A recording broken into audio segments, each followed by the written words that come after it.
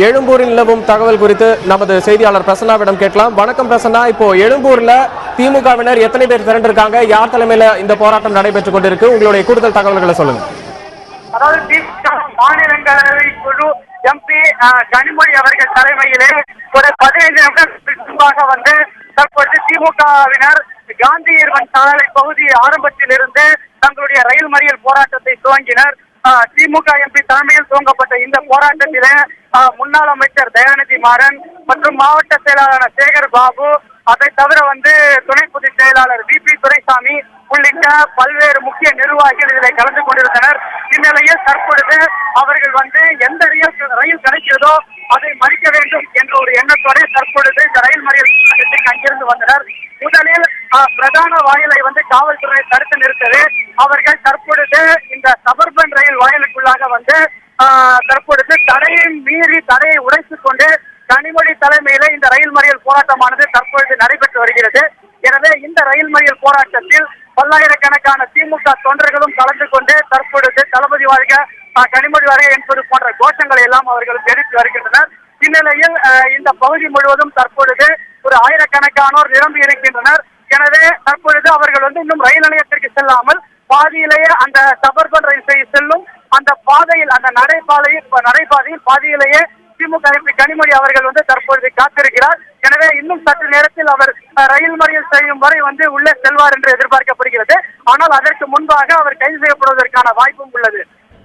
பிரசன்னா, இந்த டைம்ல அங்க வரக்கூடிய ரயில்கள் என்னென்ன, அதை பத்தி சொல்லுங்க. தற்பொழுது இந்த பகுதியில வந்து தற்பொழுது உடனடியாக தூங்குவதற்கான ரயில் எதுவும் இல்லை என்றாலும் தற்பொழுது ஒவ்வொரு 5 நிமிடம் 10 நிமிடத்திற்கு ஒரு முறை வந்து தாம்பரம், செங்கல்பட்டு, காஞ்சிபுரம் உள்ளிட்ட ரயில்கள் எல்லாம் இங்கே 10வது நடைமேடையில் 9வது நடைமேடையில் இருந்து சென்று கொண்டுதான் இருக்கின்றன. எனவே அந்த ரயிலை மறிப்பதற்கான வாய்ப்பும் உள்ளது. அதை தவிர தற்பொழுது இந்த குறிப்பிட்ட நடைமேடையில் குறிப்பிட்ட ரயிலை மறிக்க வேண்டும் என்ற எந்த ஒரு திட்டமும் கிடையாது. ஆனால் கிடைத்த ஏதேனும் ஒரு ரயிலை மறிக்க வேண்டும் என்ற ஒரு நோக்கத்தோடு தற்பொழுது அவர்கள் இங்கே உள்ளே வந்துள்ளனர்.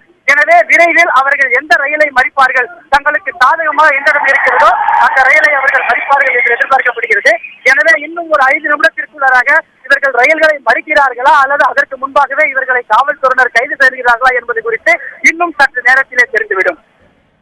பிரசன்னா, இப்போ அந்த இடத்துல எத்தனை போலீசார் குவிக்கப்பட்டிருக்கிறாங்க, அவங்க கைது செய்யும் நடவடிக்கையில் ஈடுபடுவதற்கான அறிகுறி எதுவும் தெரிகிறதா? தற்பொழுது காவல்துறையினர் ஒரு சில எச்சரிக்கைகளை மட்டுமே விடுத்து வருகின்றனர்.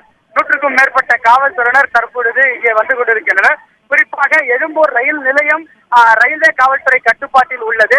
எழும்பூர் ரயில் நிலையத்திற்கு வெளியே உள்ள பகுதிகள் முழுவதுமே வந்து தமிழக காவல்துறையினர் கட்டுப்பாட்டிலே உள்ளது. எனவே இந்த பகுதியில் குவிக்கப்பட்டுள்ள 100க்கும் மேற்பட்ட இந்த காவல்துறையினரும் தற்பொழுது அவர்களை தடுக்கும் நடவடிக்கையில ஈடுபட்டு வருகின்றனர். எனவே இன்னும் சற்று நேரத்தில் கைவதாவதற்கான வாய்ப்பு இருக்கிறது. தற்பொழுது மேலும் ரயில் மறியல் மீண்டும் துவங்கிவிட்டது. நாம் பார்க்கலாம்.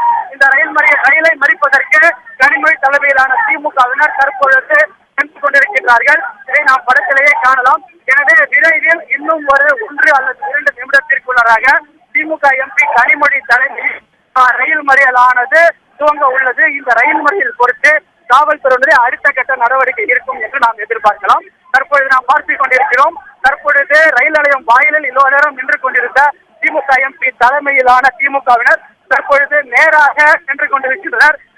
நடைமுறை 4 கடந்து அவர்கள் நேராக உள்ளே செல்கின்றனர். எனவே விரைவில் அவர்கள் சபர்பன் ரயிலையோ அல்லது வேறு வேணும் ரயிலையோ இன்னும் சில நிமிடத்திற்குள் அவர்கள் வந்து மறித்து விடுவார்கள் என்று நாம் எதிர்பார்க்கலாம். உங்களுடைய கூடுதல் தகவல்களுக்கு நன்றி பிரசன்னா.